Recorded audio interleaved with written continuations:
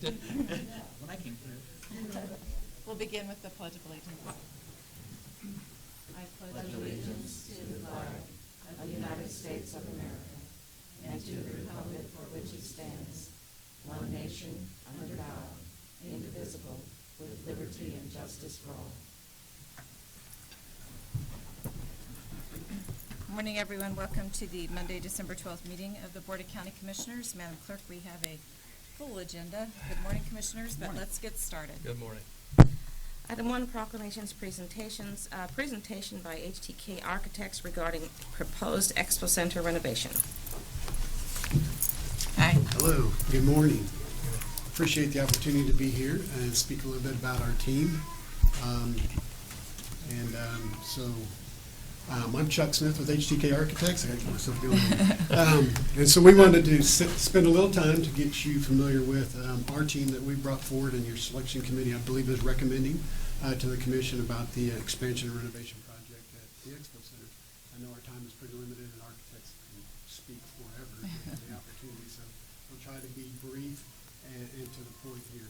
HTK has responded to the RFQ that was put out in May, and really looking for a team that we felt like would best satisfy the requirements of the Expo Center and the Commission towards achieving the goals that you're trying to do at your facility. So we would really look for a team that filled all of the needs of the RFQ and fit a relationship with HTK that has history behind it. So we look for a team with had similar philosophies as HTK and filled our gaps. That was Populous. Our history with Populous is, I'll talk about a little bit later on, but has extended backwards for a number of years. First, I really would like to introduce kind of the key people here with us today. Dennis Hall and Zach Sneeden with our office. You guys stand up for just a minute. These two guys are our project management team out of HTK. They've had a history with this project from actually Expo Center's original design and construction with Dennis, and through a lot of the renovations and expansions as we move forward, and some of the deferred maintenance with Zach here over the years. So they're going to be an integral part of the everyday, who do we talk to and how are we going to get this done, and they're really charged with challenging our team to do the best they can to provide the best outcome for you guys they possibly can. And then I also have here with me Charlie Clark with Populous. And Charlie's going to talk a little bit more about what Populous's experiences are and what they bring to the table here here in a little bit. So, but he's really charged with managing the entire group with Populous, and then his area of expertise is really livestock and equine and expo type of stuff. So a little bit more about HTK Architects. I think most people probably know HTK. We're a local firm, and really what we charged, really what we thought we saw in the RFQ was finding the best possible team for your project that has a local component to it, and then brings together the best consultants possible to deliver the right types of projects for you, but really identifying those market niches and those core values and strategies that are important to making the Expo Center move from where it has done successfully in the last 30 years with its diversity and moving forward into the future and what that might look like. So we really wanted to find a team that could fit all of those components, if possible, in one place, and that was really with Populous. Our experiences over the years has been in the public sector. HTK has, most of our work is public sector work. We work, we're not unfamiliar with working in this environment. We're not unfamiliar with the process of reaching out and engaging the community, reaching out and engaging the major stakeholders and identifying who those people are that make a project successful. We've been here for 58 years. If you don't know who we are, well, hopefully you do now. Been around for a long, long time, and the scale of our firm is probably a lot larger than people think we are. We have two offices, one here in Topeka, and the corporate office that's been here for 58 years, and another one in Overland Park. We have about 30 design professionals between the two offices, and we average a substantial amount of work per year. In fact, quite a bit here in Shawnee County itself, and those projects run from university projects to National Guard projects to school district projects. They run from a few $1 million to hundreds of millions of dollars in themselves, and most have continuous operation constraints to them. We believe we provide creative solutions, and we manage projects very, very well.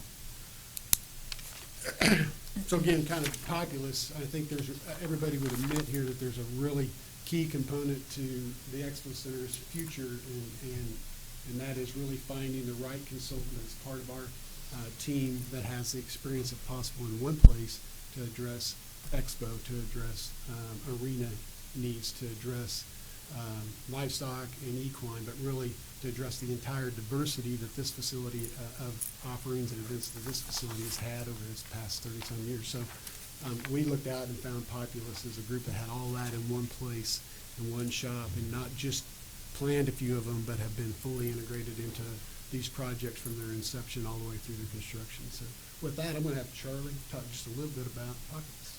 Great. Well, good morning, everybody. I'm really excited about this opportunity. We're excited about our partnership with HTK. We've been kind of working together, thinking about this project for the last couple of years, actually. And so one thing that really is exciting to me about this project is that it's a real diverse campus. It's a real special and unique project because the Expo Center is a campus of event venues with the expo and the arena and the equestrian livestock facilities, and that's something that our firm has worked hard to integrate in terms of a holistic design process. And so I wanted to just show you guys a little bit about the independent components. Arena experience, Populous is really second to none in arenas, all the way from large NHL, NBA type arenas, all the way down to even county facilities way smaller than the Expo Center. So we're excited about being able to bring just enhanced fan experience and revenue generation opportunities to those kind of facilities at all different levels. In terms of arena renovation experience, we've done over 30 major arena renovations that range in size. A lot of them really pretty similar in scale to the Expo Center facility.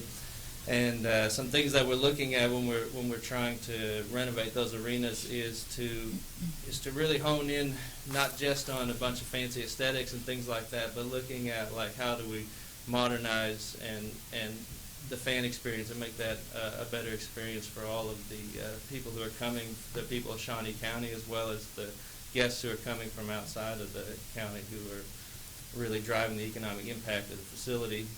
The other thing that we want to do is figure out ways to enhance and maximize the operational efficiency, because the labor costs of operating these venues is really high. It's probably one of the largest expenses of the whole venue. And so in the renovation, those are the kind of things that we're really thinking about where we want to invest our budget so that we can create a project that is functionally and operationally works really well for the county, and not just something that looks real fancy to stick on a portfolio someplace.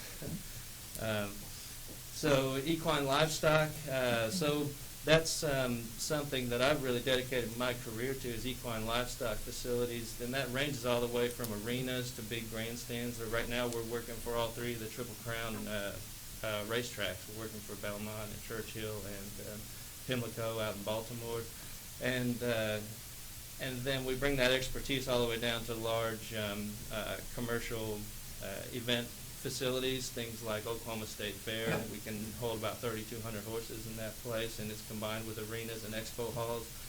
And the really interesting thing that people don't realize about these kind of facilities is the way that we need to integrate the entire campus to bring people here to these facilities and drive a lot of economic impact. The equine venues are probably, the equine component of this venue is probably going to drive the most economic impact for Shawnee County out of any other aspect of this facility. And that's because you're bringing large amounts of out-of-town people here who are staying in your hotels and eating at your restaurants, and they stay for multiple days and they have money to spend. And so we're excited about the opportunities to enhance the scale of those facilities here, as well as to integrate them in a multifunctional way with the rest of the campus, so that we're creating a campus that can be used not just for equine livestock, but for expo, for arena space, and we're looking at that holistically.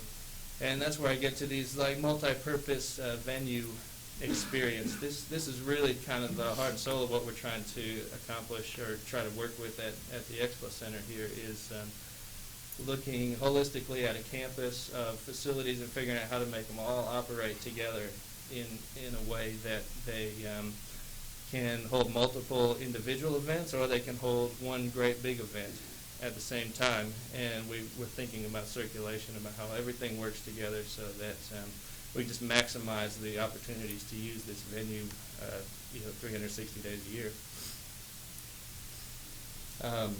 Expo Hall experience, another important component of this, but one thing I really want to emphasize when we're looking at like Expo Hall, we have a lot of opportunities with the Expo Hall that you have there, but one thing we really want to do is start looking holistically at your campus in terms of thinking of every space on the campus as an expo space. So we're not designing very specific buildings with just a single function, but the opportunity with all the new equine livestock venues that would be built out, as well as renovation of the Landon Arena and looking at Dormer and those other facilities, and how we can see all of those as a connected opportunity to be able to hold any kind of event that, increase the types of events that we have there now, but also any kind of event that may arise in the future that we can imagine. We can hold it right here at the Kansas Expo Center, and we can market to that because the spaces are flexible, multi-purpose enough to do so. And I'm going to turn it over to Chuck. He's going to start talking a little bit more about process, but I welcome any questions you guys have after we do the presentation. So as Charlie mentioned, economic impact is a huge driver in this facility. To the greatest extent possible, facilities like this that could really generate the kind of revenue that not only impact the community and businesses in this community, but also to the best of their ability to sustain the operational expenses of the facility. And getting to know your project, obviously we've known it for a long, long time, and most of us have lived here in Shawnee County and experienced lots of things that are going on here, but some really glaring things that we've really come up with in the last couple, 2.5 years when we really kind of focus and try to be somewhat of a resource to what you've been trying to achieve here is the amount of time this facility is used. Unbelievable, the amount of people are there, and some of these things are overlapping. And just equine alone occupies the campus 211 days a year. That's amazing, and it's really hats off to the guys that are really building that program. And actually, that's not where they want to stop. They want to do a heck of a lot more with that facility. So, but at the end of the day, it's really about really identifying what those key drivers are, really identifying those goals and those aspirations, and what those kind of values are here, and that's really. And then turning that around and setting ourselves into a plan, or if you will, a master plan that clearly identifies the priorities and clearly identifies what we can achieve in a budget and the timeline we'd like to achieve it for. And then really implement that plan at the end. Those are really the three kind of key points, and then implement that plan through final design and construction activities. So how do you do that? The reality of it is we got to engage a lot of people in the process. It's not done in a bubble, and we don't want it to happen in a bubble, but really engage the people in Shawnee County through community events like town halls to see what they want to do. Engage stakeholders, this commission, your management group but that extends even beyond that. It extends out to the stakeholders that want to come to and provide, that already do provide events here, but want to come to Shawnee County or looking for a venue that fills a gap, kind of this gap area or market gap. And we know we have them here. We know that there are regional events that Kansas is included in, but there isn't a facility large enough in the state of Kansas or in that region to do it. So some of these regional events are happening, like the Kansas Paint Associations. There are regional events happening in Tulsa instead of here, and I think you've heard that a bunch of times. So reaching out to those kinds of people and getting those folks in the room around the table to talk about how do we make this particular facility fit the right market niche, and how we get this facility to function the best it can for the operations it has, and really looking forward to what other types of things we can put here. We know you have a high diversity. Charlie mentioned that. We've mentioned a couple times of what you do here. So we need to really get these people in the room and figure out how we can do that. Charlie mentioned it. How can we use spaces for more than one purpose? How can they really complement each other as really a whole campus, and how can we have multiple operations or events happening on one day with a little less congestion and a little bit more sanity to it, if you will, than we have it sometimes here. So, but again, I think stakeholders are key. Engaging the stakeholders. At the end of the day, while we're doing that, we need to identify strategies, really build a filter, strategic story, if you will, that says this is what's critical to Shawnee County, this is what's critical to the success of the Expo Center. Set those ideas out in a document, really, and then that document really helps us gauge and filter the decisions we make as we move forward through the planning process.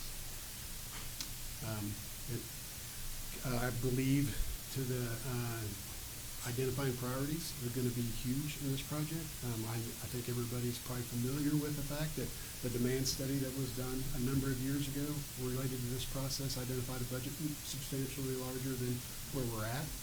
We know that when you're going to need to make really smart decisions about this project, so really identifying the strategy, identifying the priorities are going to be very, very important in how we move forward. And then really continuous operation. This facility has to generate the kind of economic impact that it has been as we move through all the construction processes, and that's going to be key to really figuring out how we can set those priorities, keep the facility in continuous operation, and have really a net zero or no negative impact while we're in the renovation and expansion component to it. And then really, explore the costs. There's not one idea out there, but spend the time to explore those options and find the best solution and line those up with the right costs for the project. And through that process, you build consensus. Without consensus, then you have a hard time moving forward, and you have a lot of people wondering what you're doing. So really, at the end of the day, once you kind of develop that strategy, that strategic, if you will, story, and you built your consensus, then you really have that filter that we are able to, and the commission's able to set, filter and gauge our success as we move forward with the design solution.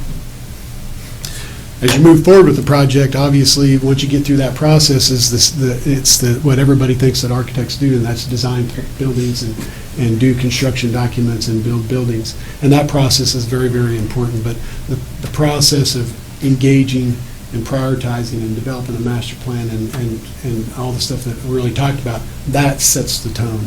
If we get that right, then we're going to do everything. The design process works itself out. It's pretty similar with most architects and engineers on how we get through that process. And I think the key to that is communication all the way through the process. We want to be able to communicate well, not only amongst our team, but with the folks at Shawnee County that are charged with managing this project, as well as communicating and being able to communicate all the way up to the commission. We want to keep everybody informed in the process, and so we do that continuously. So I'm going to stop there. Any questions or we can answer, we'd be more than happy to. Any questions from the commission? Madam Chair. Commissioner Cook? Thank you for your presentation. Absolutely. Really impressed with the material and some of the projects you've worked on and Populous has worked on in the past. Some questions that I have. When we sent out the RFQ just included the words equestrian but didn't set that as a priority. In your presentation, what would be the amount that you would see as being a percentage of the priority for this project, for equestrian events? I would say it's a very high on the priority list, at the top of the priority list from what we've been able to learn in the last 2.5 years and what we've been able to, through the process, identify.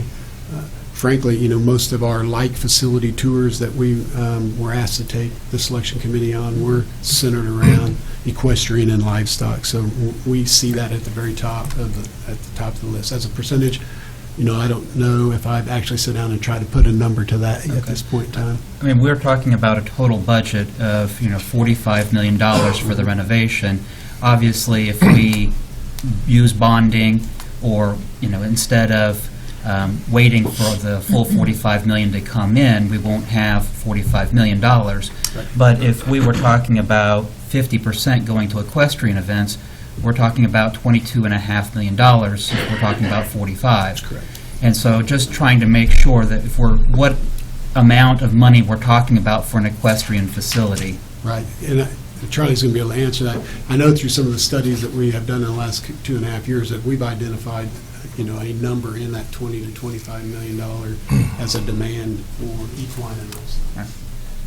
Yeah, I would just speak to that and say that what we've heard, we've had some conversations over a few years of just talking with folks out at the Expo Center and kind of heard some priorities battered around. But to be honest, when we think about this project, I don't think we really want to start with any preconceived notions in mind in terms of exactly breaking this up in terms of thinking about where we're going to give X amount and it's just going to go to equestrian facilities, or X amount just to one type of facility, because our approach at Populous is really to look at this, like I mentioned, as a holistic facility, right? So we're getting multifunction. When we build any type of an expo or a equestrian type facility, we want that facility to also serve as an expo hall.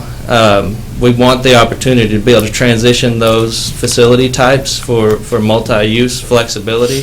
So I think the initial priority is to take a look at what are the significant needs across the entire project holistically, and then determine within our budget how can we best come up with spaces that meet all of those needs.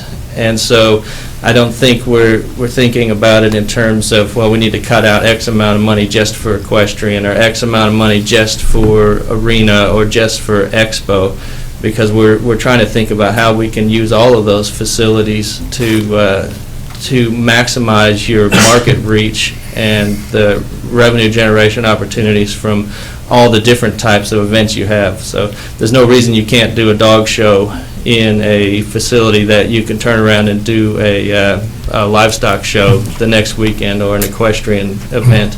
And we do that all over the country in our facilities. Well, but I hear a lot about equestrian. The presentation talks a lot about the equestrian, the amount of the equestrian uses presently at the Expo Center.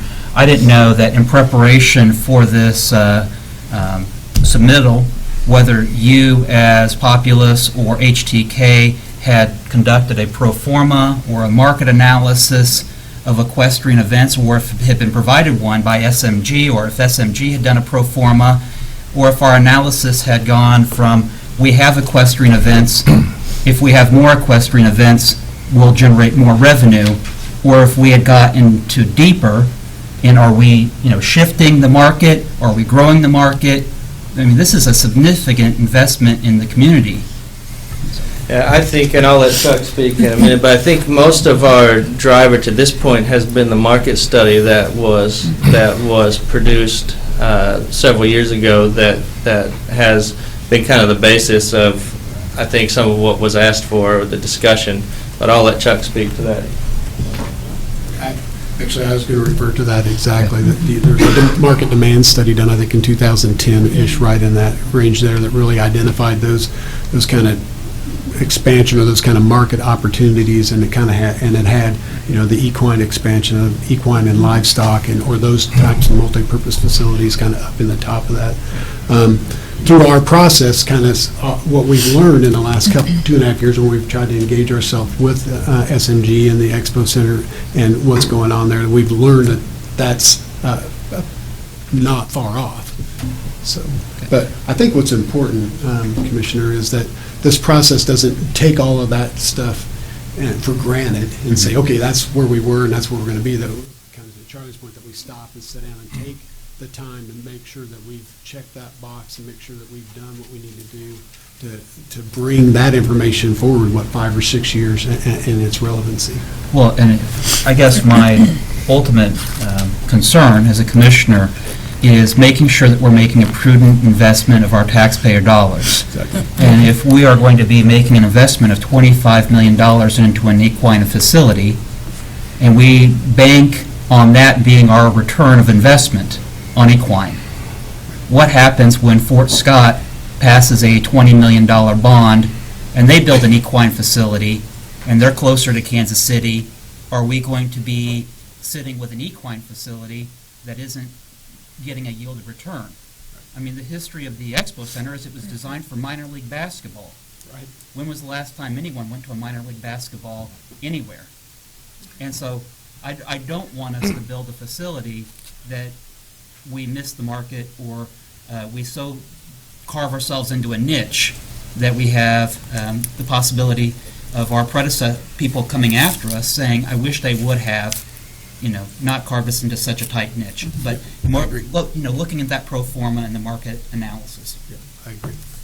I guess I might just add to that, though, I appreciate the approach, the multi-use approach. I mean, because we have those who are visiting for the equine facilities, the dog shows, that sort of thing, but we have a number of local and state organizations that use the Expo Center for different events. And so that approach, as you said, to making sure that things run smoothly and things work together, and that diversity of use of space, I like that approach, and I think that we can, benefit from the enhanced equine facilities, but then still be able to be diverse enough in our,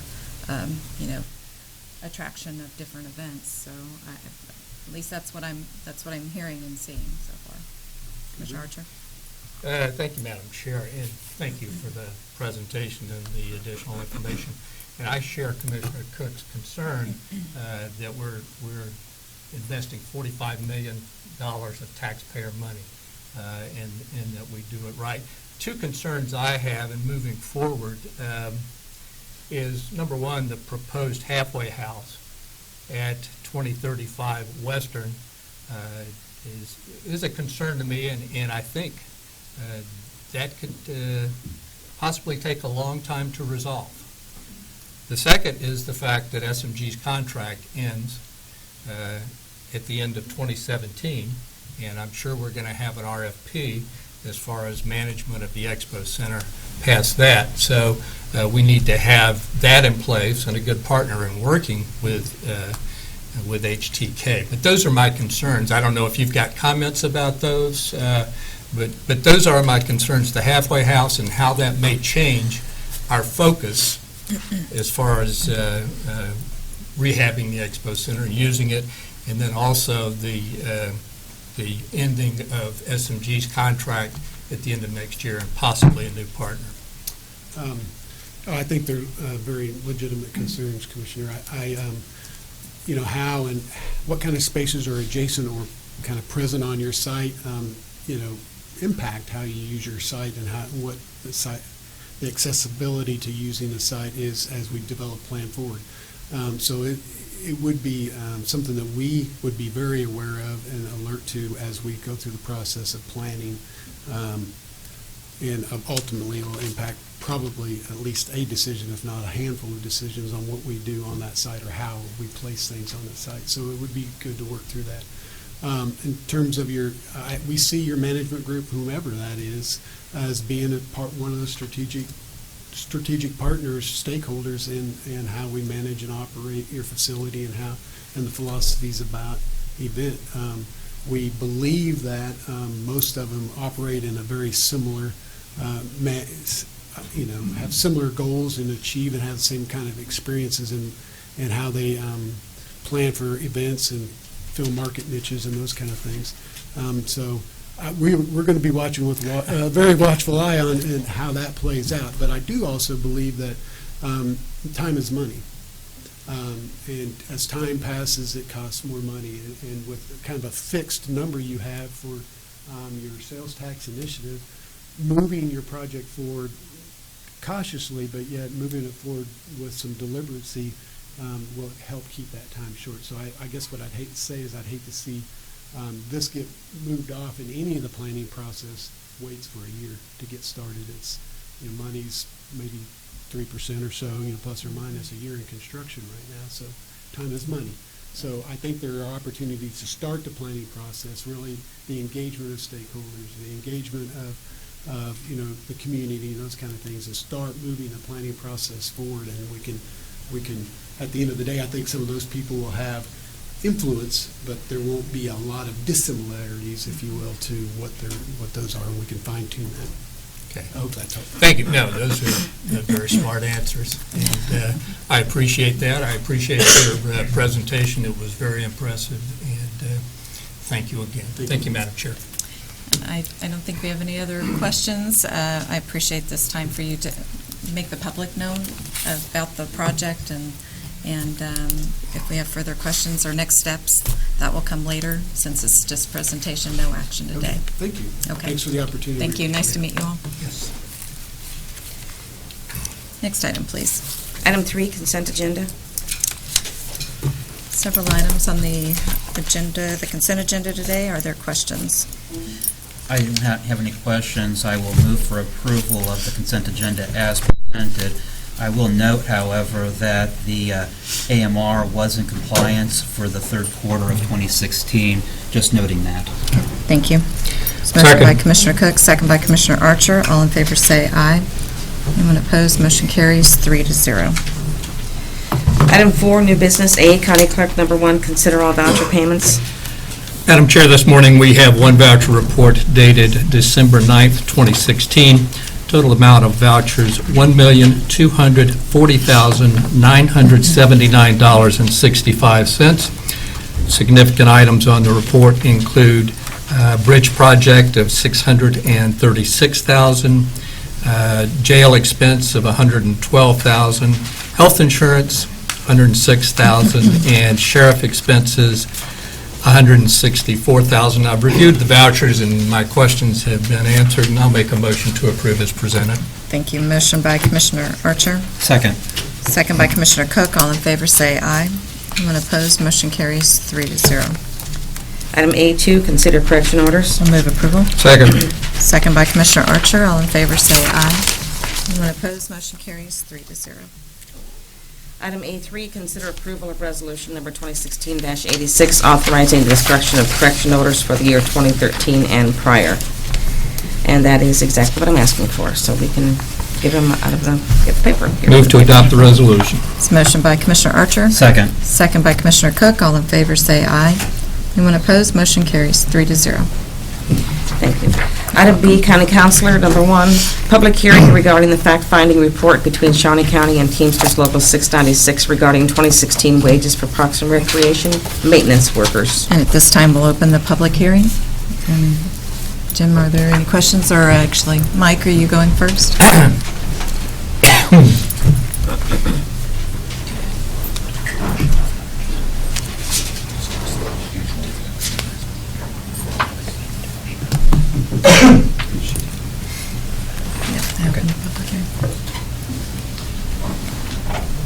Morning, Commissioners. Mike Scribner, Teamsters Local 696. I promised Jim a couple of things. One, I'll be brief. Maybe he'll tell you the other. I'm here this morning to ask that you adopt the findings of the fact finder. This affects approximately 19 Parks and Rec employees. The fact finder recommended a 1% adjustment per year for those that would have been frozen. I asked Mr. Crow to cost this, and he did. He sent it to me this morning, and it's a nominal cost. I spent some time this weekend thinking of what to say this morning. Then I remembered a commission candidate forum at the Fraternal Order of Police a few years ago, where I heard the most inspirational things about fact-finding. When asked if they'd honor the results of the fact finder, the future commissioner rose and adamantly said yes. I'm paraphrasing, but his statement was about following agreed rules that allowed a result after bargaining in good faith came to impasse, where both sides had a say in who was going to hear the facts, where both sides had an equal opportunity to present the facts, a system where an impartial person would decide what was right. That's exactly what happened in this case. Thank you. Thank you, Mike.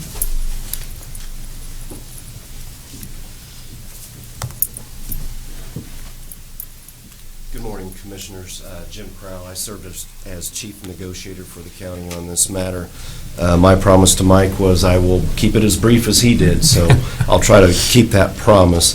This public hearing is the last step in the negotiation impasse process.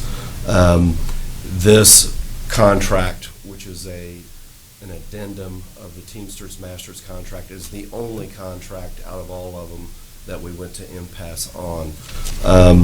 I do want to make it clear, and I think the fact finder ignored this, fact, and that is the only group of employees covered by this contract that were not recommended for wage increases by CBIZ were the park maintenance workers. The park mechanics, the park maintenance techs, the park maintenance lead workers, and the park mechanic lead workers also in this unit were all recommended for wage increases by CBIZ. And the position of the county during negotiations was to offer the CBIZ recommended wage increases, to not cut the wages of the park maintenance workers who were found by CBIZ to be above market, but to freeze them until their wages catch up with the new pay scales. That is going to continue to be my recommendation this morning, and I'm asking you to implement that as a resolution to this impasse. The statute requires that you implement a resolution to this dispute that's in the best interest of the employees involved and the public in general. So I'll try to keep my promise to Mike and keep it that brief, and I'll answer any questions you might have. Are there any questions for Jim at this time? I have none. And is it appropriate, anyone wanting to speak on this item can Yes, approach the this is podium? public hearing. Right. Anyone wanting to speak on this item can come to the podium and just state your name and make your comments, if you choose to. And so, Jim, as far as closing the public hearing at this time, then there's no, yeah. As you said, this would be under advisement from the county counselor's office. We would take this under advisement as well, and then it would be enacted by resolution That is correct. At a future meeting. That is correct. Okay. You will now decide how to resolve the impasse as the governing body Okay. by resolution. By resolution. But do we need to close the public hearing at Yes. this meeting? Okay. Questions, Commissioner Archer? I read the fact finder's report, and I thought it was sort of contradictory in the logic. It indicated that he had full confidence in the CBIZ study, that it was independent, that it was market-based, and it said that Parks and Rec maintenance workers were overpaid. And yet, on the other hand, it said, give them a raise. So it seemed contradictory to me. Did you want to speak to that? Well, if Mike would have went longer, I would have read that section. I had it highlighted. Oh, okay. But yeah, it starts on page 7, goes to page 8, and it does all of that. The study Okay. was fairly done, no problem with the way it was done, and all of that. Bottom line I saw from it, I agreed with the facts that the fact finder found. I just didn't agree with the recommendation that he made based on those facts. I thought the recommendation was sort of disconnected from the facts that he found. And that's the impression I got, and the recommendation was, well, it's not much money, which I thought was disturbing. But anyway, thank you, Madam Chair. So at this time, we'll close the public hearing. Any future action then is on another agenda. Correct. Okay. Thank you. Thank you. Next item, please. Item C, Health Department. Number 1, consider authorization and execution of contract C-372-2016 with the Kansas Department of Health and Environment for funding not to exceed $12,502 to offset the use of local funds for nursing services in the prevention and control of tuberculosis in Shawnee County. Good morning, Commissioners. Linda Oaks from the Health Department. This contract does help us with tuberculosis disease case management, contact investigation, and also case management for folks with latent TB infection. It is provided by the Kansas Department of Health and Environment. It does help offset the nursing salaries, and I'd be happy to answer any questions. Thank you, Linda. Any questions? I have none. I would move for approval. This motion by Commissioner Cook, second by Commissioner Bueller. All in favor say aye. Anyone opposed? Motion carries 3-0. Thank you. Thanks, Linda. Item C2, consider authorization and execution of contract C-373-2016 with Dr. Vlad Dimitriou for contractual physician and consultation services in the communicable disease program at a fee of $150 per hour plus $250 per month with an average of $3,800 per year. Good morning, Commissioners. Allison Alejo, Health Department. As stated by Ms. Beck, this is a contract for us to engage with Dr. Vlad Dimitriou for contractual physician services, consultation services. It would be $250 a month, plus $150 an hour per services that he provides. Typically, we spend only about $3,800 a year in this type of service. He would be providing the medical supervision for our tuberculosis patients. He would also be writing those orders. As stated in the memo, we have about 145 cases of TB infection that we treat a year, and between 1 and 4 cases of active tuberculosis. Treatments for TB are usually 6 months at a minimum and can go up to 2 years or more. So it just depends on the type of tuberculosis we're talking about. This is something that is very important in the community, and we would be happy to have approval or your consideration for approval. Thanks, Allison. I'll move approval of the contract. And I'll second, but I do have a question, if Yes. I may, Madam Chair.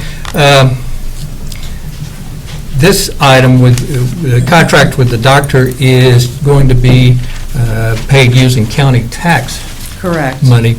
Why aren't we using the grant money that we just approved in the previous item? That grant item, the previous grant was for the tuberculosis nursing services. Okay. And so this is actually the medical doctor that writes the order and supervises those patients. And this would not be covered by the grant? Correct. Okay. We do have a grant that helps offset costs for indigent TB patients, and we can use some of that. It's a different grant, but we use some of that for that work. Okay, very good. Thank you, Allison. All those in favor say aye. Anyone opposed? Motion carries 3-0. Thank you. Thank you. Item D, corrections. Number 1, consider approval of request to award bid to Stearns Super Center for replacement of flooring in the Adults Detention Center at a cost of $15,151.64. Good morning, Commissioners. Brian Cole, Shawnee County Department of Corrections. This is just a request to approve the lowest responsible bidder that the Commission allowed us to go out in October for bids. It took us a while to solicit bids to get everything taken care of, but we were able to do that. We did have a bid sheet that is attached that had 3 people that responded, and Stearns was the lowest responsible bid. We have dealt with Stearns in the past. They've done very good work for us, and it is the same carpet that is being put into the courthouse, the same quality and durability, and they were the lowest bid, and we do have money in the budget for that. This carpet that's being replaced is well over 20 years old and is coming up rippled, other things like that. So I'll be happy to answer any questions you may have. Thanks, Brian. I would move for approval. Thank you. Motion by Commissioner Cook. Second. Second by Commissioner Archer. All in favor say aye. Anyone opposed? Motion carries 3-0. Item D2, consider approval of request to advertise and fill one account clerk 3 position in the Records Department at an annual salary, including benefits, of $43,949.40, and any position that may become vacant as a result of filling this position. Good morning, Commissioners. Brian Cole again, Shawnee County Department of Corrections. This position is becoming vacant due to retirement, and this is a much-needed position and employee position that we need to fill in our records division that manages all of the inmate funds that come through, all the court money that comes through the Department of Corrections. If we don't, if we wouldn't to hire this person or we fill it, it would cost overtime to be able to pick up those needs. But this is a budgeted position that we have this year and next year, and so the money is available for that. And I'd be happy to answer any questions you may have. Brian, I'll move approval of the request. Is there a second? Second. Second by Commissioner Archer. All in favor say aye. Anyone opposed? Motion carries 3-0. Thank you. Item E, facilities maintenance. Number 1, consider approval of request to award the bid to Americrete Inc. for parking lot foundation improvements, including alternates. It's been a long day already. 1 and 2 at the North Annex with the cost of $54,053 to be paid from deferred capital maintenance. Good morning, Commissioners. Bill Kroll, Facilities Maintenance Director. This item, we went up for RFP about a month ago and did receive 5 bids back. Tom Flanagan did the design work on it for us from Public Works, and will solve a multitude of problems out at the North Annex with positive draining away from the building, as well as cleaning up the parking lots. Answer any questions you might have. Questions? Commissioner Archer? Madam Chair, thank you. Bill, I didn't see copies of the bids Oh. as part of the documentation, I put it in the memo. but it wasn't on the public record. Yeah. Okay. I'm concerned when we have bids like this and there's such a variance in the amounts. For example, Yeah. the first bid was $54,000, then $58,500, Bettis $94,000, Sunflower Paving $101,000. Why do we have such a variance in the bids that we got? I would almost say it's because a couple of them don't want to actually do the work. Okay. That would be my best guess. But you don't think there was a misunderstanding on what the requirements are? No. And that's why we had the pre-bid meeting on site to make sure Okay. everybody was on the same page. Okay. Even there was a couple of folks there that didn't bid on it at all. I know Conroy Construction didn't bid, but they were pleased with the documents that we had prepared and looked things over and decided not to even give a bid on it. Okay. Thank you, Madam Chair. Madam Chair. Yes, Commissioner Cook? Mr. Kroll, the lowest, this was not the lowest bid as outlined within the memo. There was a person who did submit the lowest bid, but they Right. failed to attend the mandatory meeting. They did fail to attend the mandatory meeting where any questions would have been answered. Asked or answered, yeah. Before we take up a motion on this item, Madam Chair, if we might ask Yes. if there's anybody in the public that wishes to address the commission on this item? Of course. Anyone wanting to address the commission on this item? No? Madam Chair, at this Good. time, I would move to award the bid to Americrete Incorporated. It's a motion by Commissioner Cook, Second. second by Commissioner Archer. All in favor say aye. Anyone opposed? Motion carries 3-0. Thank you. Thanks, Bill. Item F, Parks and Recreation, number 1, consider authorization and execution of contract C-374-2016 with Cartograph Systems, Inc. to track additional assets to further assist in determining costs and best practices for areas not already being met or tracked at a cost of $21,596.18 over 2 years to be paid with the 2016 budgeted funds. Good morning, Commissioner. John Knight, Parks and Recreation. To give you a brief history on Cartograph, we paid the initial software purchase out of our building maintenance fund, which is populated with through some federal dollars that come in for a contract that we use for our parks to, public lands to parks grant down at our Shawnee South Community Center and Forbes Golf Course. But since that time, a few months ago, we came down here, Josh Lehman came down, made a presentation to the county commissioners of how we were using Cartograph, how it was saving us. We found tremendous benefit in being able to identify how much projects are costing, truly costing us. When we go to set fees to recover some of those costs, we're able to factor in a lot of different things that we hadn't before. What you have in front of you here is a contract that'll extend this even farther to the list of assets to include things like sidewalks, fountains, all of the other things that Parks and Recreation manages. Be happy to answer any other questions you may have. Thanks, John. Any questions from the commission? Madam Chair, I do Yes. have a few. Is this the extent of the Cartograph? I mean, does this give us, the full capabilities of Cartograph? I would imagine that Cartograph probably has all kinds of more bells and whistles you could buy, but we've kind of looked at this and we think this is probably the max that we'd want to do. The thing we may want to do sometime in the future is we may find it more cost efficient to add some additional users so that staff isn't filling out papers, bringing them back into our shop, and then putting them in and actually have laptops in which the supervisors can actually enter the data, maintenance requests and those type of things right in the field. In audit, finance, and IT, approve of moving forward with this as far as budget-wise? You said absolutely, John. It is in our budget. It is one of the things that it is saving us is personnel, some personnel costs, and being able to more efficiently provide some of these type of programs. The initial Cartograph expense or acquisition didn't have any kind of issues with IT, but I did not visit with IT, and very remotely visited with audit finance.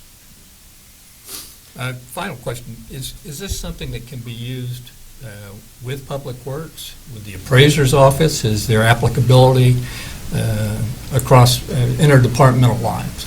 We Have we talked about that? Yeah, Have we actually, looked Public- into it? Yeah, actually, Public Works has Cartograph, an older model of Cartograph. We looked at that, and this one performs a lot more. I'd be glad to visit with Tom to see if if there's some efficiencies that we could do going forward.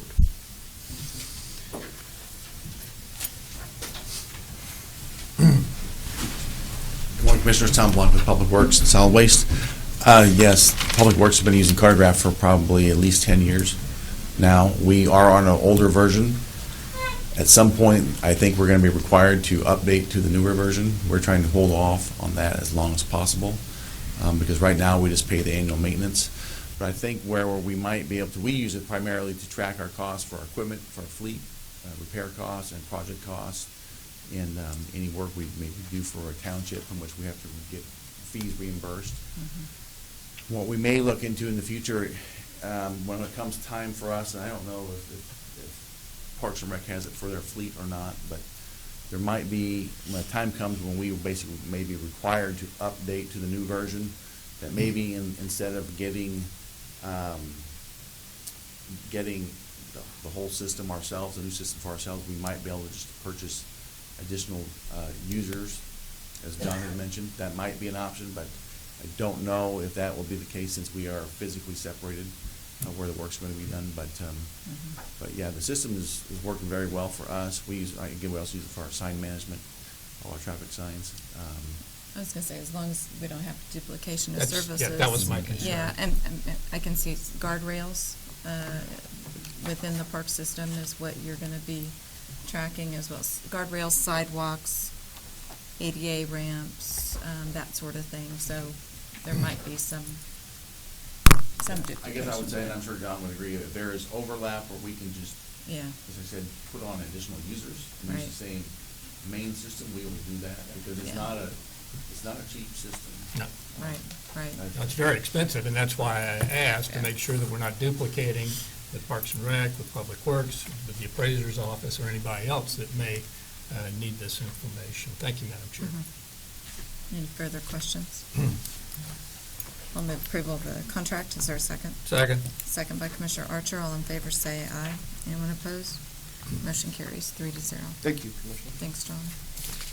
Item F2, consider authorization and execution of contract C-375-2016 with Special Olympics Kansas to host the 2017 Polar Plunge at Lake Shawnee Swim Beach on February 4th, 2017, with a contribution to the Parks and Recreation Foundation of $750 to offset expenses.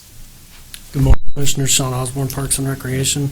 This is an annual event that we have out at the swim beach that we've had, and basically this just kind of sets forth the contract with them and the money that we get back from it.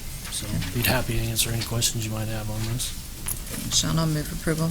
I'll second. I'll also note that at the Red Stocking breakfast, I overheard Commissioner Archer saying he is going to be first in line for the Polar Plunge. He's looking There you go. forward to That would be great. There you go. All those in favor? Anyone opposed? I'm thinking about it. Motion carries 3-0. Thank you. Item F3, consider authorization and execution of contract C-376-2016, amendment to contract C-159-2016 with Hall Commercial Printing for printing of the 2016 winter issue of The Guide at a cost of $7,543 with an option of ordering more at a cost of $355.01 per 1,000. Good morning, Commissioners. Randy Luby, Parks and Recreation. Before you today is an amendment to go ahead and pay for the printing of the winter brochure. It was inadvertently left off of the original contract. The contract stated to go through 2016, which what we're doing, but it was, we just realized it was left off, so they given us the same price as what they did for the previous issue. So I'll be answering any questions you may have. Thanks, Randy. I'll move approval. Second. Second by Commissioner Archer. All in favor say aye. Anyone opposed? Motion carries 3-0. Thank you. Thanks. Item G, Expo Center, number 1, consider approval of request for capital expenditures in a total amount of $7,290 as follows. A, purchase of 2 30-horsepower electric fan motors for air handlers in the Landon Arena at a cost of $2,640 plus tax. And B, repair of circulation pump on the main boiler in Landon Arena for $4,650. Good morning, Commissioners. Hans Niska, Director of Operations at the Kansas Expo Center.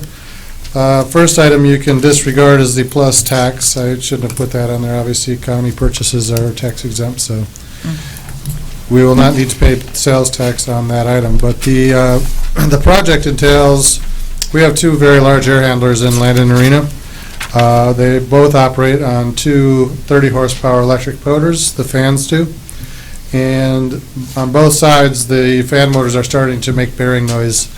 The replacement electric motors are not something that are found in our market typically in stock, so what we would like to do is purchase 2 of them so that when one side or the other fails, we have the electric motors on site to expedite the process of repair. So this would be the initial purchase of the equipment necessary to do the repair when the fan motors eventually do fail. Once they start making bearing noise, it's just a matter of time that they do fail, so we'd like to have these in stock. The price from Topeka Electric Motor is $2,640 for 2 fan motors. We'd like to purchase them, have them at the Expo Center in stock for when the repair is necessary.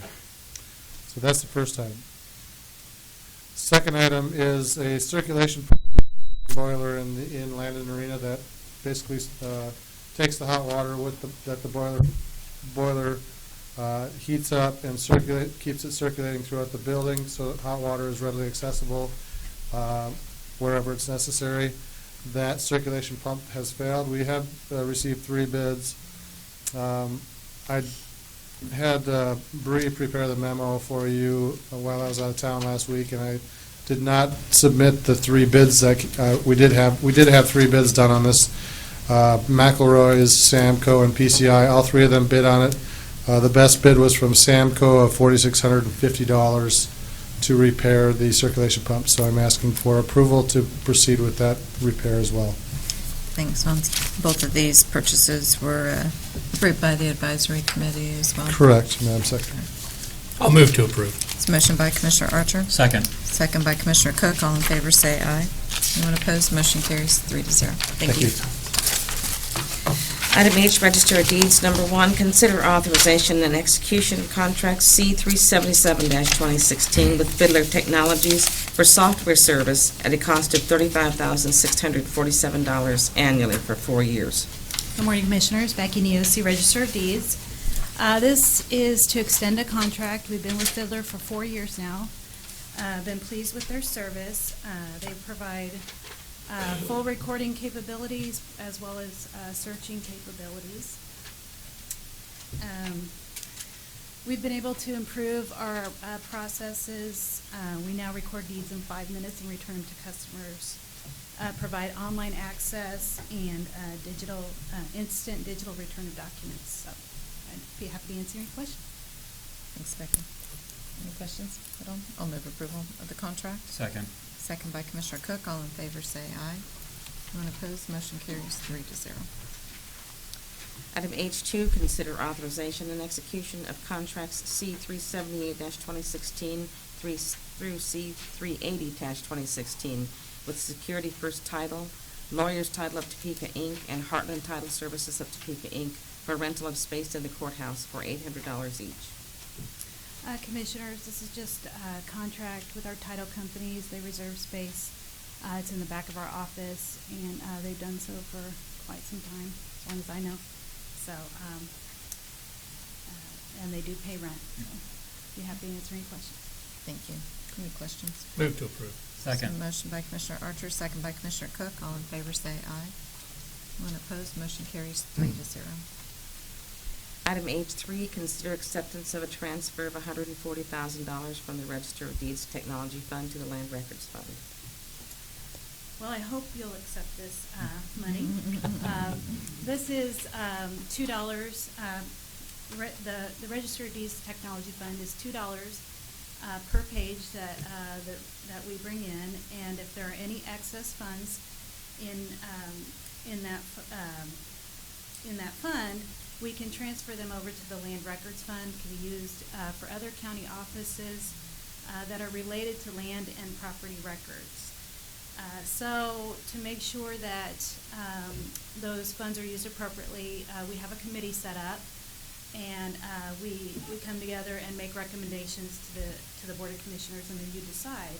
So just to give a little bit of history on that committee, for the past 3 years, all the money has been used to purchase the tax software. Now that purchase is complete, and so we're going to be more active here in the coming year.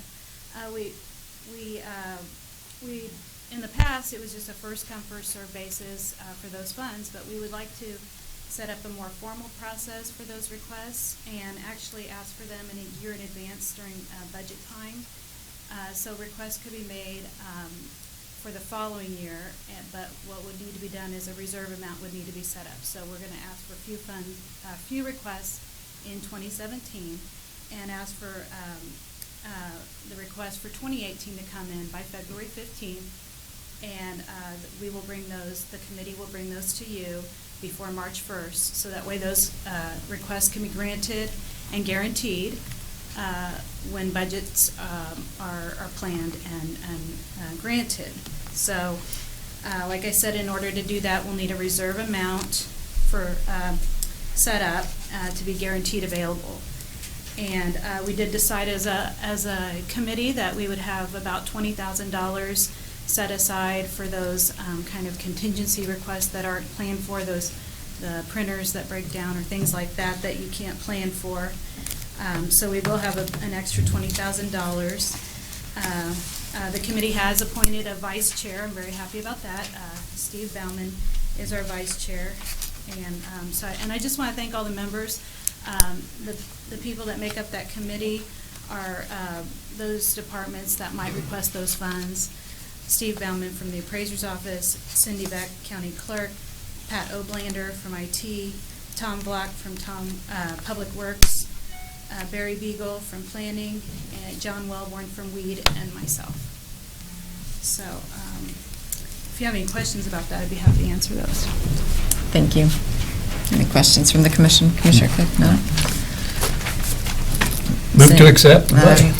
I was wondering who was going to do that. Second. Motion by Commissioner Archer, second by Commissioner Cook. All in favor, say aye.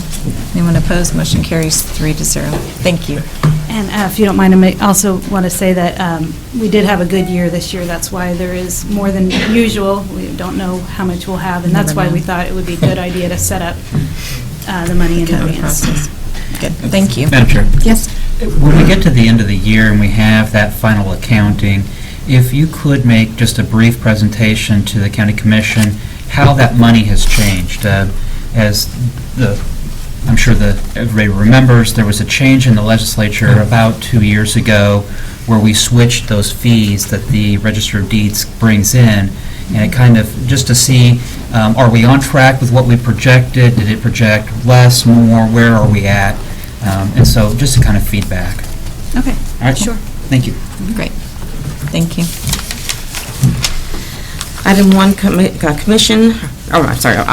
Number 1, acknowledge receipt of petition for a curfew in Montera subdivision. And Commissioners, this is the group that appeared before us in Administrative Communications at a previous meeting. This is on the agenda as officially acknowledging the receipt of the petition, and then a chance for anyone for or against, I guess, to have some comments, and then what direction the commission wants to take to. You can come up, sure.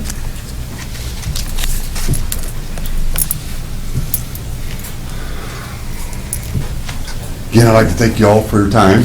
As you know, we were here last week with some concerns about vandalism and whatnot in our neighborhood. I brought a map today. Madam Chair. Yes, Name. ma'am, sorry. We need your name once. We need your name once. Preston Whitehead. Thank and you. I'm the president of the Montero Crime Watch Group. Great, thank you. Sorry about that. No, that's okay. I brought this map today. This is a map we have of our community. Okay. And I don't know if you can see all the little green dots, but these are things that have happened in our neighborhood as far as vandalism since the end of July, first part of August.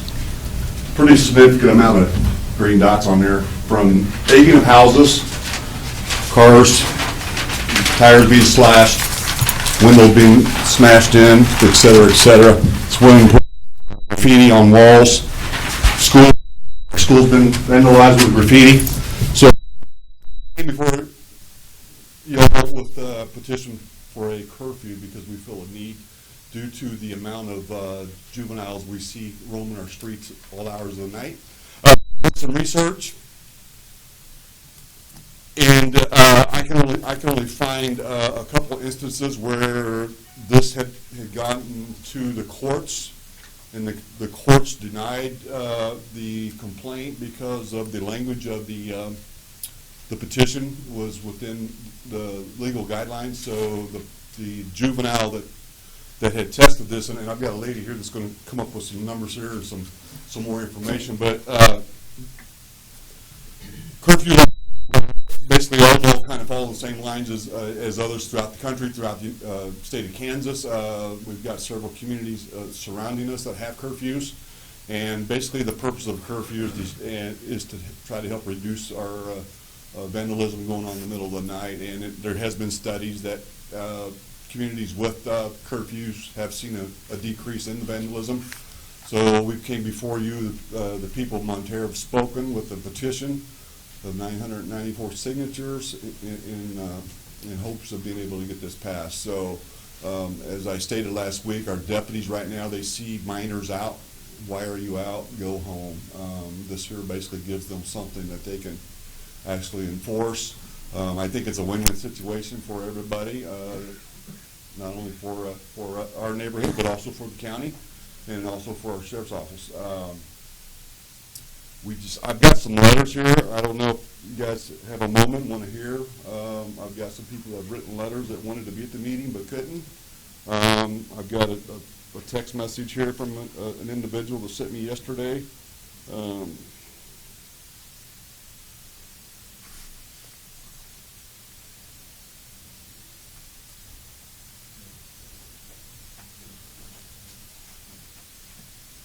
My husband and I are able to attend the commissioners' meeting. However, we have concerns about the amount of crime that has been occurring in the Montero area.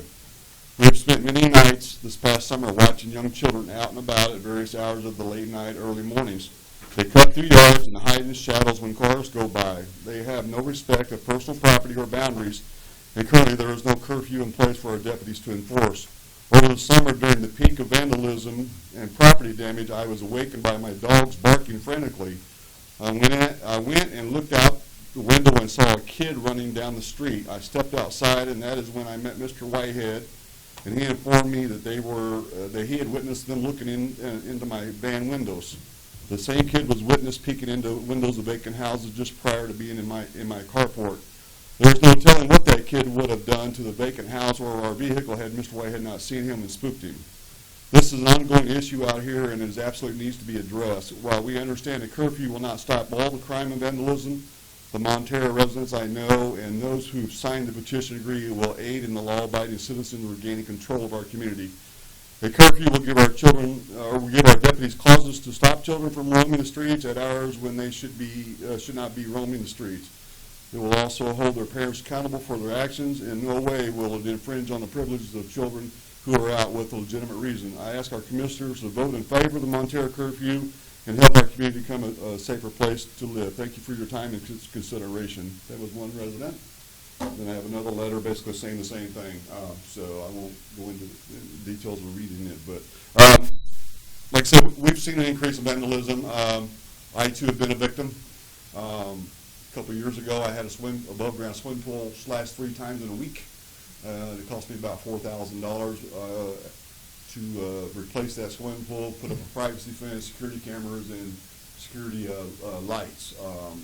And I shouldn't have to, as a homeowner, have to do that to protect my investment. So the mindset we've got out there is, I don't care if you're a renter or a homeowner, you have an investment in that neighborhood, and you need to take pride in that and be a part of that investment and help protect that investment. So this is our reasonings for coming forward with a petition for a curfew, and we just hope you guys would take that consideration and help us out.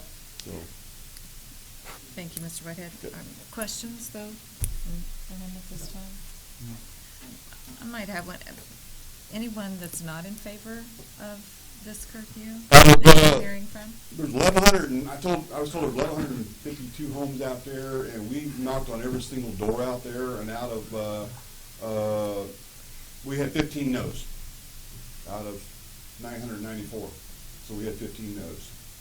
And they were just for whatever reason. One was, I don't want the government involved in my life. The other one was, I don't think it's just kids, which, I don't think it is either. But, I mean, what we're seeing at night when we're out patrolling our streets, we're seeing juveniles out at 1 and 2 o'clock in the morning. And when they see headlights, they're ducking into the shadows. If they're out just taking a walk and not up to no good, why are they hiding? Even our deputies will testify to that whenever they see headlights, they hide. I've caught kids, peeking in windows of cars and trying to trip the car door alarms. We've seen them walking around with baseball bats at 3 o'clock in the morning. When you ask them why, we were at the park playing baseball at 3 a.m., really? And then, ironically, on our website, the very next day, we hear about windows getting bashed or mailboxes getting bashed. So there's just a lot of issues going on out there in the middle of the night, and we're just asking for some help by trying to get a curfew implemented. So, and like I said, I've got a lady back here that would be glad to add to what I have added or said. If you guys would. Let's see if there's anyone else in the audience then that wants to speak on this item. Okay. Come on up and just state your name, and then you can make your comments.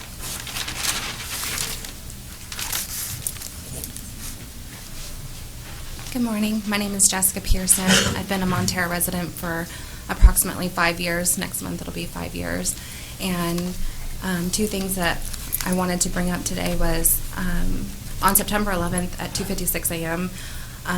It was my husband was outside and having a cigarette, and he called in to me to tell me that he had seen something on fire.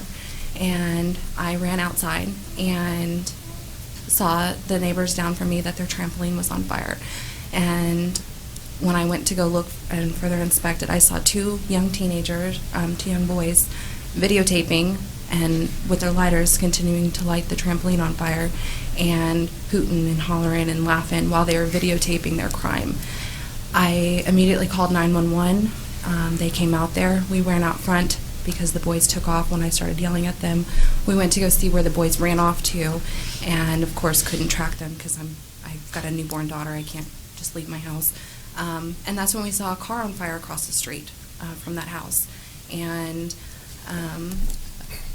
I know that this isn't that wasn't the first incident that children, the young teens, have been catching things on fire out there. And that is one of the reasons why I'm at 2:56 a.m. These kids are wandering around. I'm not sure if their parents know where they're at. But that is extreme vandalism and extreme damage of property that could be prevented with a curfew. The other comments that I would like to make are in regards to the last meeting where it was stated that curfews are unconstitutional. I understand that curfews have caused a lot of, they have been brought up in court a lot because of the constitutional rights of minors. They have also, according to Schleifer versus City of Charlottesville, courts have found that curfew ordinances promote the safety and good order of the community by reducing the incidence of juvenile criminal activity. The ACLU also went against the City of Dallas back in 1991 because they felt that the curfew law out there was unconstitutional. The Dallas curfew was upheld because of the way that the curfews were written. And I believe that if we can write our curfew that we're requesting, all 994 of us that we're requesting, I believe if we can write it correctly, that we won't have any issues with courts, which seems to be the main problem that was brought up at the last meeting, was that it was unconstitutional. So I believe that if we can write it and get it right the first time, I believe that there won't be any issues and that the people and community of Montero will be happy. Thank you. Okay, thank you. Anyone else wanting to speak on this item?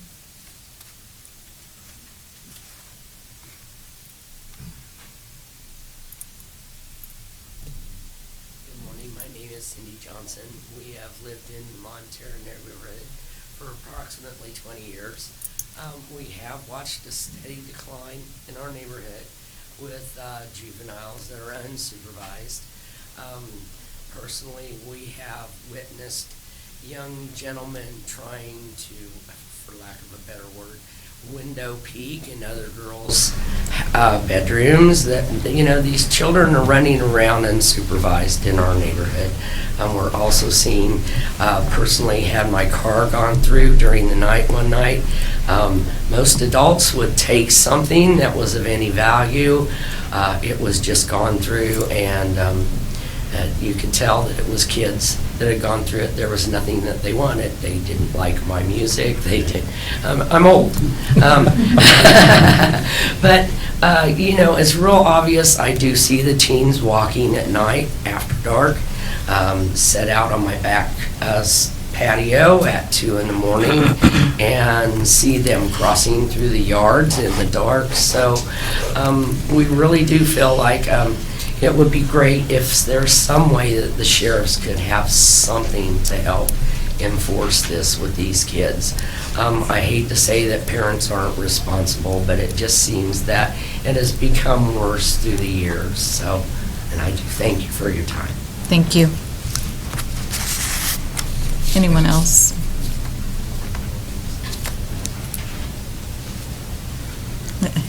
Okay, no one else to speak on this item? No one else to speak on this item? We got one more back here. I will add that, you know, there was an article in the paper probably a couple of months ago that the sheriff's office has seen an increase in crime in the Montero areas. Been a lot of vandalism, so I just wanted to add that. Yeah, I'm going to bring Jonathan up first. Good morning, ladies and gentlemen. My name's Jonathan Hicks. I've lived out in Montero probably over 15 years, 20 years. My 8 years military. You know, I grew up out there. I know what goes on out there. I still have friends that live out there growing, just like me. We've never seen crime this bad. We cut through one person's yard one time. We got yelled at by our parents. Everybody knew everybody. Nowadays, everybody's busy, got it. They were busy back then, but we knew our neighborhood. Parents don't police their kids nowadays. They don't take care of their kids. I got 4 kids. My daughter's in the back of the room. She's my youngest. My other 3 right now in school. They will tell you, you cut through somebody's yard, you better hope that person yells and not come home and let dad and mom find out, because we take care of our kids, but not everybody does. I'm a full-time student. I'm up with her, so I go bed between 2 and 4, and then start my day at 7 a.m. I see kids cutting through my yard. There's no playground. There's nothing behind my house except somebody else's house. So there's no need to cut through my yard. There's sidewalks out there. Yet they cut through the yard because parents don't police.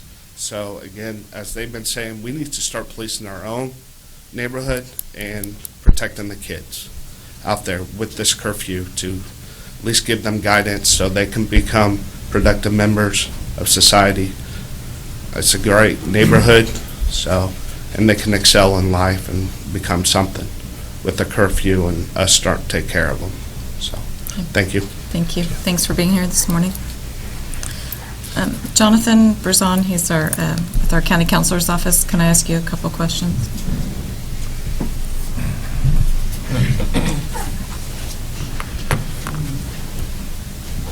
Morning, Commissioners. Jonathan Brazon, Assistant County Counselor.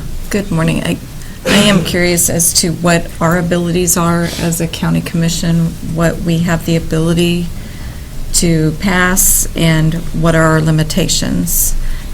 Because enforcement right now is based on crime that's taking place there, right? Not the curfew.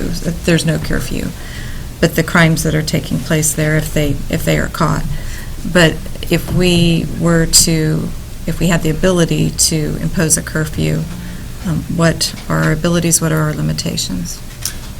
I think you have the ability to impose a curfew. The question that I brought up, or the issue I brought up last week is do you have justification for it, legal justification for it? And what the courts say on that is basically you have to show that crime is being disproportionately committed by juveniles.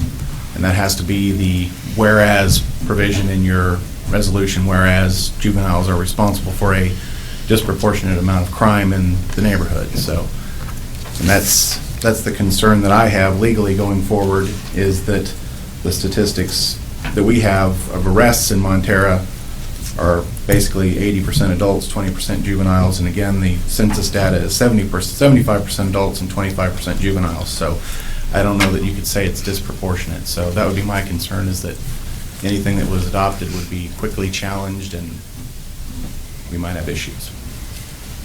So there are no limitations as far as this is in an unincorporated area of the county. It's not within a city. Yeah, I couldn't any other place So a neighborhood. that has a neighborhood curfew. I found entertainment district limited curfews, so, and I guess there's, you'll have cities that abut other cities, so you can cross an imaginary, border and you're not in a curfew area, so.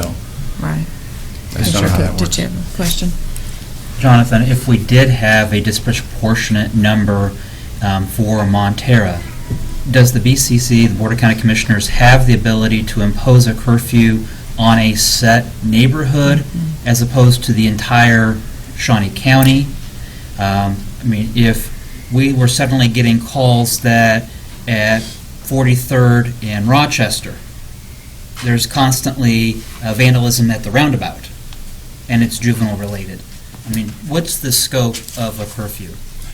That was one of my points last week, is I've never seen just a neighborhood one, but there are entertainment district limited ones, so I guess that would be an issue that the court would have to decide.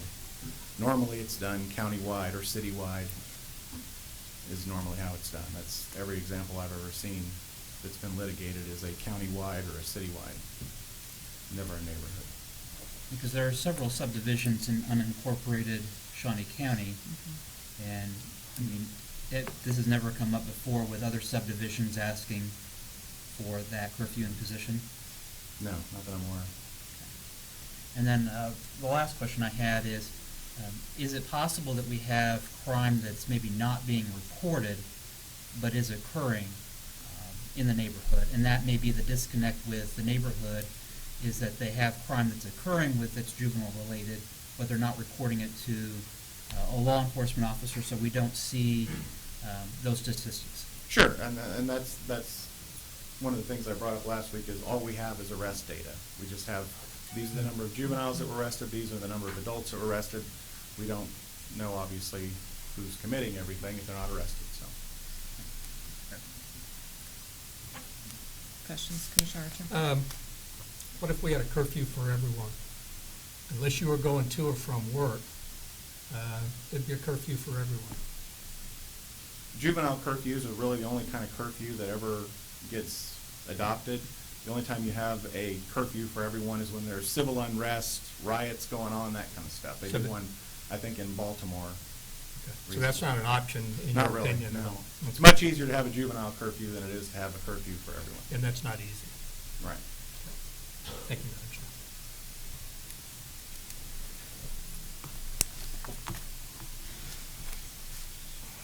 Go ahead, do you have a follow-up question? You're right, a lot of it's not being reported, because when we call our deputies out based upon what we're seeing, again, unless they see something, there isn't a lot they can do. Unless I actually see something happen, I can identify who that person is. When a deputy shows up and says, yeah, I saw Johnny doing this, then he can go to Johnny's house and do something at that point in time. But if I call a deputy out there because I saw kids picketing cars, unless they actually see it, and I know who they are specifically, they can't really do anything about it. And we're not asking this as a county. We're asking this as a home rule resolution for Montera. It can't be any different than the home rule resolution we have in place right now for fireworks out there. We have one in place for firearms. We have one in place for dogs out there. This is not what we're looking for the county. We're looking just for our Montera area as a home rule resolution that applies just to the Montera area. But yes, there are crimes out there that are not being reported based upon the fact that If our deputies don't see it, there's a lot of documentation taking place because we give them information and they document it, and based upon the situation, they may or may not, do a report. So, but I just wanted to make sure it was clear that yes, there's a lot of stuff going on that's not reported, and we're looking to enter this as a home rule resolution, not the whole county. So, because we're kind of our own entity out there. So we're in the South 40, I say. So, thank you. Thank you.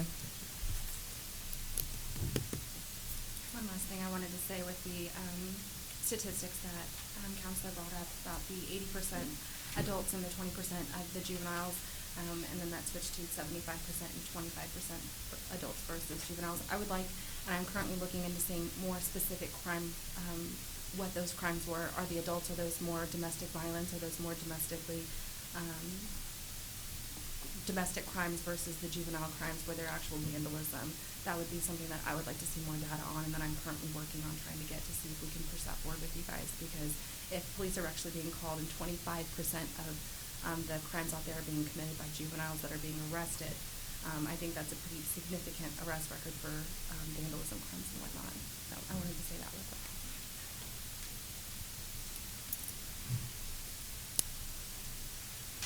Good morning, Commission. Herman Jones, Sheriff, Shawnee County. I just come to you in a sense of what we need to do, what all of us in here need to do to make a safe environment for the community of Monterey. Obviously, you have the concern, I have the concern for all of Shawnee County there, and specifically when we have a smaller area that has some concerns that comes to bear to where we are right now. One of my concerns, just like any other governmental entity like this, is the constitutionality of what we are faced with, those type of things. So one of the things that a deputy has when they're driving down a neighborhood is see someone, they have a constitutional right to walk up and down the streets and those type of things. So we're pushed to that, but at the same time we're looking at what type of suspicious character or activities that they're committing or involved in draws us to those type of things right there. And obviously when we have young youth that are outside at 11 and 12 o'clock at night, we want to believe that they should be at home in bed in a safe environment and not doing those type of things.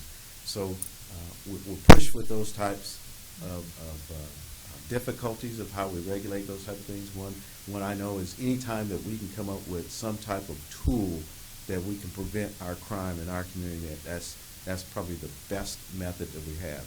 One item that we've advocated is having your neighborhood watch. And what you see of this right here are those that are very truly dedicated to having a neighborhood watch or protection program where they actually have citizens out and about patrolling, and when they see something, say something about it, which we've been advocating that for all our communities. But they've taken, so many have taken an active role. Not everyone will take that active role, but there's a good portion up there, and you've heard the voice of those that are truly concerned right there. So what we're trying to do, what we want to do is make sure that we are that extension of that community that takes that involvement. Well, we've been to those community meetings where we're talking about how we can reduce crime and report those types of things right there. I think the last meeting I attended, we had a pretty good showing of folks, but we didn't have everybody. And it does take, as we know, a village for our whole community there to make sure we're taking on those preemptive type of measures there. So whatever we can do, I know that what we're trying to do is communicate and advocate and put in officers. And actually for a period of time there, we actually had a special detail of individuals out there. In that time frame that we did, we didn't see a lot of things, but that's not to say it's not happening. It's just that we were not in a position that we saw the numbers that we see right there. And I will advocate as well, not everything gets reported. There are some neighbors, I think it was brought up. I came up, when I was brought up, your neighborhood, Mrs. Johnson down the street would say, don't walk on the grass, you abide by those. So someone was taking care of that. I'm not sure that everybody goes with that. And if they do, are they calling a deputy to the area and those type of things? So what I'm here is whatever way we go with this, we're going to try and work with what is put in place right there. But at the same time, I understand and realize the continuity that we've been placed with on that. So in your experience, if there is a curfew enforced, then how is it enforced? What are the, if someone gets picked up for breaking curfew, then what? You run across a situation of, in a sense, it's kind of like when you see someone, I'll use a seatbelt law. When you saw someone of the age that should be in a seatbelt, it didn't look like they were of that age. Did you stop them for that or not? You probably had something else going on here. At the same time, you take away that individual's, I guess, their right to be out on the streets if they're at a certain age. And that's the difficulties we're dealing with that. An officer would stop someone, or are they engaged in anything? If someone's driving, you have some youth that are that work late, and they're on their way home from a restaurant or whatever it is, and they're on their way home. And just because they're legally coming home, does that mean that you stop them for that right there? That's the difficulties we run into those type of situations right there. Yes, sir.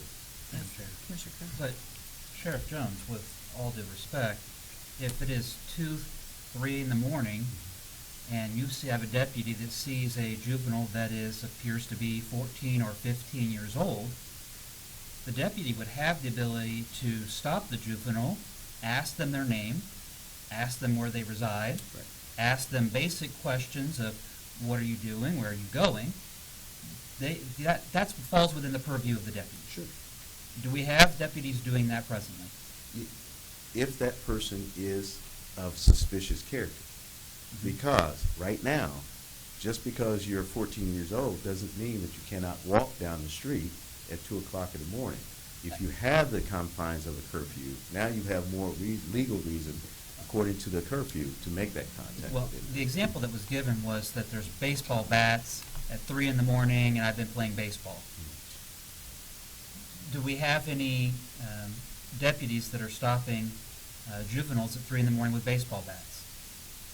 It just all depends on circumstances. Again, suspicious. If they say, one thing is, understand this, is it illegal for someone to walk down the street with a baseball bat?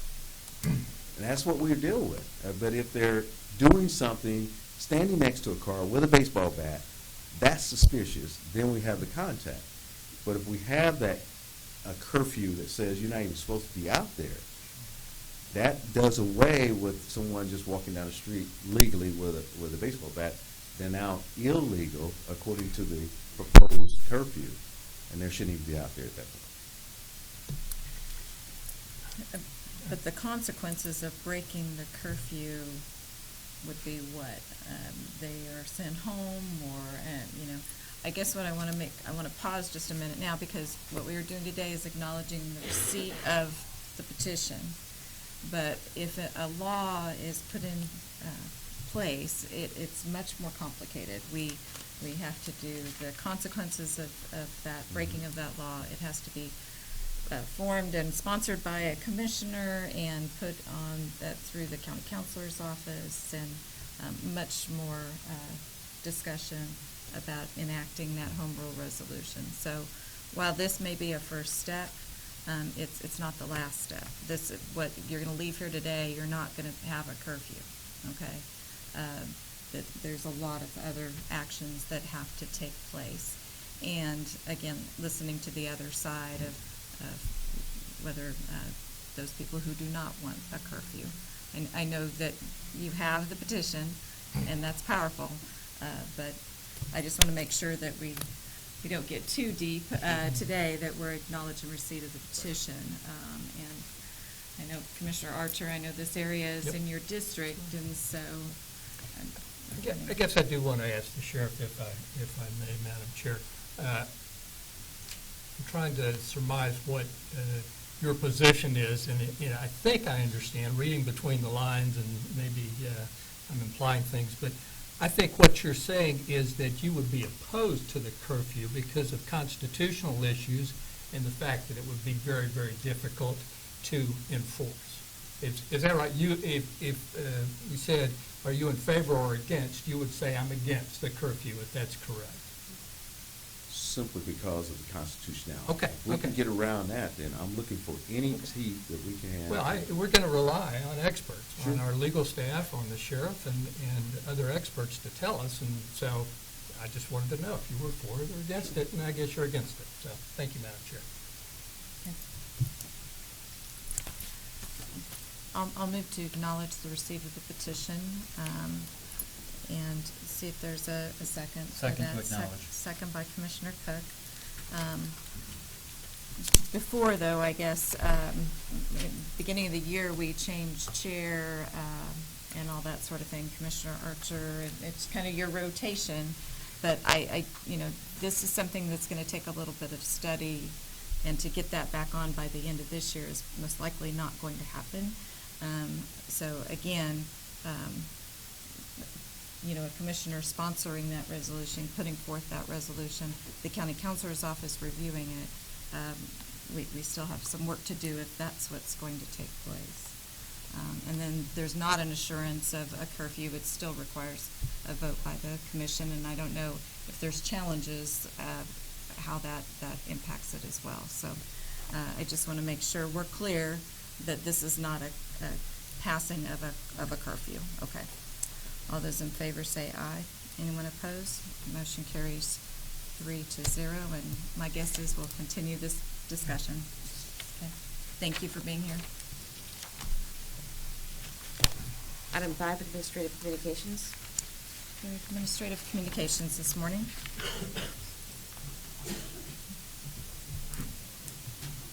Morning, Commissioners. Allison Alejos, Health Department.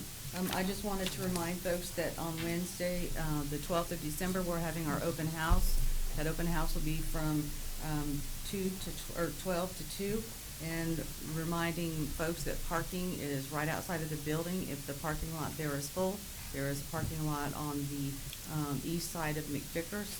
There's crosswalks there, so folks can park there for overflow. And I think that's all I have there. Good, thank you. Anyone else for administrative? Larry?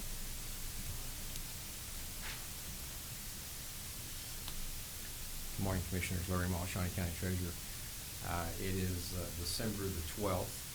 There's one more week, and the first half taxes are due. I will be reminding you again on Thursday. But this 1 week left.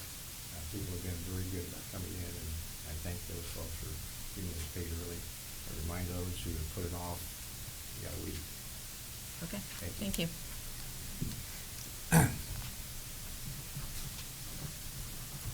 Good morning, Commissioners. Justin Gregory, Livestock Operations Director, Kansas Expo Center. Just want to recap our weekend that we had just finished up. We had approximately 7,000 people through the 5 buildings at the Kansas Expo Center. We had an arena cross event in Landon Arena, gun show in Exhibition Hall, and multiple holiday parties in our other 3 buildings. So it has been very busy for us. We welcome back the Roadrunners this coming weekend, Friday and Saturday, 2-game homestand. And then Friday, December 23rd, we welcome Victory Fighting Championship, which is a UFC-style fighting event in Landon Arena. And did want to also add that we are looking at anything on the equine side as far as the expansion. We'll have a solid concrete floor. So by removing the dirt there, we have a multi-use facility. So that is one thing that is going to be a requirement that we have. Whatever we build for an expansion will be multi-use by 2 hours of dirt removal. So any questions, feel free to ask. Thank you. Thank you. Anyone else for administrative communications? Commissioners, have anything? Commissioner Cook? Just, I hope that Commissioner Bueller, you have a very happy day. Thank you. Commissioner Cook. Well, we don't need to go there. Commissioner Archer, you have anything? Commissioner Cook mentioned the Red Stocking Breakfast that we had Saturday morning. I want to thank KCSL for inviting us to participate in it. It's a great event. I got to slop on eggs and potatoes and see people, and that's always an enriching and rewarding experience for me. So I want to thank KCSL. It was very nice. Thank you, Madam Chair. Just a reminder that we do have our JADO meeting beginning at 6 o'clock on Wednesday. So, next item, please. Item 6, executive session. And there is a need for an executive session for a period not to exceed 30 minutes. Consultation, for purposes of consultation with an attorney, the body which would be deemed privileged in the attorney-client relationship, and matters relating to employee-employer negotiations. That is a motion. Is there a second? Madam Chair, would you go over the reasons one more time? Consultation with the attorney for attorney-client and employee-employer negotiations. How about adding non-elected personnel? Okay, I can do that. Thank you, Madam Chair, and I'll second that motion. Motion by Commissioner Bueller, second by Commissioner Archer. All in favor say aye. Anyone opposed? Motion carries 3-0. Just to let you know, we have a work session scheduled for capital outlay request, and so let's hope that we can start that about 11:15. But we have 30 minutes of executive session. All right.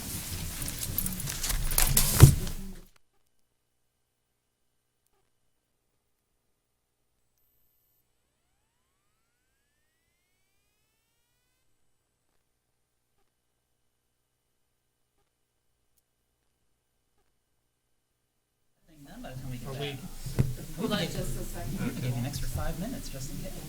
That's why.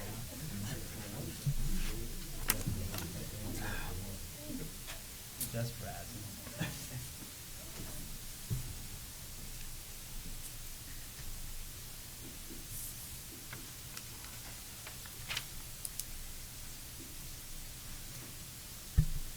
And Tim like had it tweeted and, Facebook. Professor. Yes.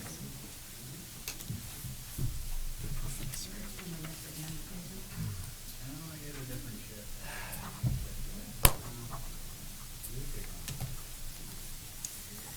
Okay, we are back in session, and just a note that the impasse final action regarding the parks addendum with Teamsters will be scheduled for Thursday, December 15th during the next scheduled meeting. So, other than that, we are adjourned.